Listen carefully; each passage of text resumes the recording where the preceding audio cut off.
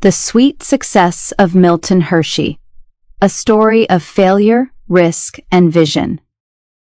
Milton Hershey, the founder of the Hershey Company, did not choose an easy path. He almost had no choice at all. His father, Henry Hershey, was a dreamer who chased get-rich-quick schemes, moving from one risky business idea to another, from oil ventures to land speculation, but never achieved stability. Eventually, he abandoned the family, leaving Milton's mother to raise him and his sister on her own. During this difficult time, his sister died at a young age, adding to the hardship the family was facing. With little money and no clear direction, Milton left school early and was placed as an apprentice in a candy shop in Lancaster, Pennsylvania. This is where his journey began. While his father looked for quick results, Milton learned a different approach: patience, precision, and the discipline required to make candy by hand. But learning the trade did not lead to immediate success. Milton's early caramel businesses collapsed one after another, in Philadelphia, Chicago, and New York. He relied on loans repeatedly, convinced each new attempt would succeed, but his reputation suffered, and people stopped trusting him. Even his father, who had failed in his own projects, criticized his efforts, dismissing candy making as a profession for women rather than a serious career. Instead of support, he added doubt at a time when Milton needed encouragement the most. Still, Milton refused to quit. He focused on perfecting one product, caramels. By using fresh milk instead of traditional ingredients, he created a softer, richer texture that stood out in the market. After years of failure, he finally began producing something truly groundbreaking.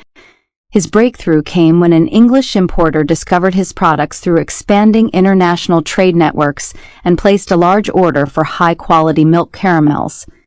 This order required consistent production, strict quality control, and reliability, areas Milton had struggled with before. At last, he was ready to meet the challenge. The order gave him financial stability and, more importantly, credibility. For the first time, people started to trust him. His Lancaster Caramel Company grew rapidly, and his products soon reached international markets. With success finally in his hands, Milton began thinking long-term. Sugar was one of his biggest costs, so he invested in controlling its supply. He built direct ties to major producers, including operations in Cuba, a key sugar source at the time. This decision protected his business from price fluctuations and shortages. During economic crises like the Great Depression, this level of control kept his company stable while many others went bankrupt. The turning point in his life came at the World's Columbian Exposition.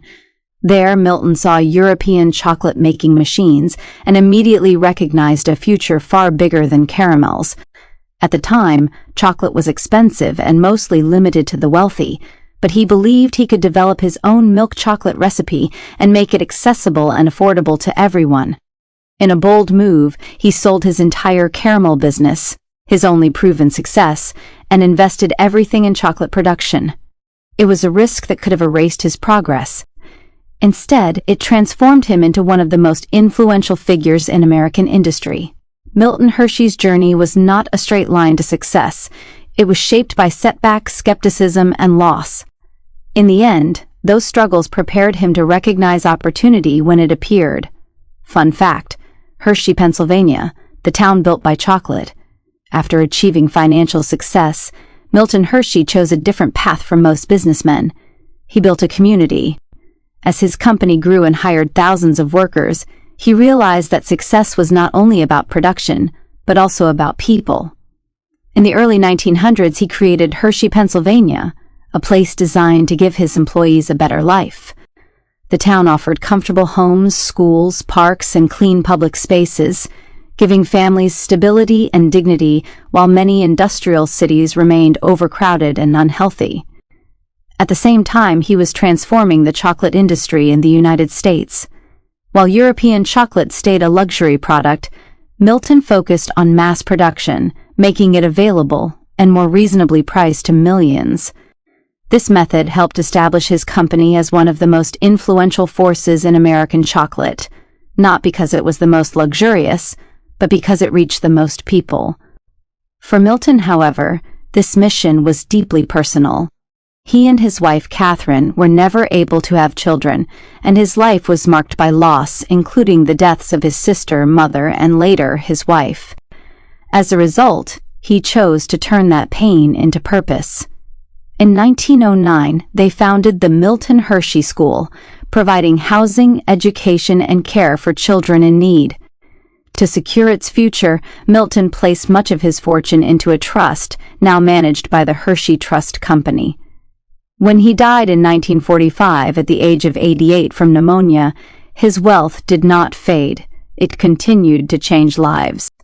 Today, his town attracts visitors from around the world who can explore chocolate museums, make their own chocolate, and enjoy attractions like Hershey Park. And on certain days, the streets even carry the smell of chocolate. More than a businessman, Milton Hershey is remembered as a man who turned success into service, and his legacy continues to inspire people around the world.